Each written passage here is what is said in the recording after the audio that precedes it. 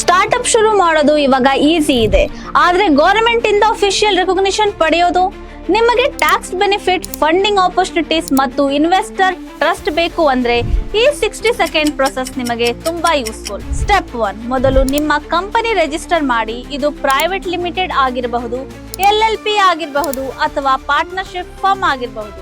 Step 2, ಈಗ startup India official website ಗೆ ಹೋಗಿ ನಿಮ್ಮ ಅಕೌಂಟ್ ಕ್ರಿಯೇಟ್ ಮಾಡಿ. ಸ್ಟೆಪ್ 3, ಲಾಗಿನ್ ಆದ್ಮೇಲೆ ಡ್ಯಾಶ್ ಬೋರ್ಡ್ ಅಲ್ಲಿ apply for DPIIT recognition option ಮೇಲೆ ಕ್ಲಿಕ್ ಮಾಡಿ.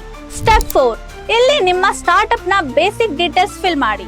ಉದಾಹರಣೆಗೆ ನಿಮ್ಮ ಬಿಸ್ನೆಸ್ ಐಡಿಯಾ ಏನು, ಅದರಲ್ಲಿ ಇನೋವೇಷನ್ ಏನು ಮತ್ತು ಫ್ಯೂಚರ್ ಗ್ರೋತ್ ಸ್ಕೋಪ್ ಎಷ್ಟು ಇದೆ. ಸ್ಟೆಪ್ 5, ಈಗ ಕೆಲವು ಇಂಪಾರ್ಟೆಂಟ್ ಡಾಕ್ಯುಮೆಂಟ್ಸ್ ಅಪ್ಲೋಡ್ ಮಾಡಬೇಕು.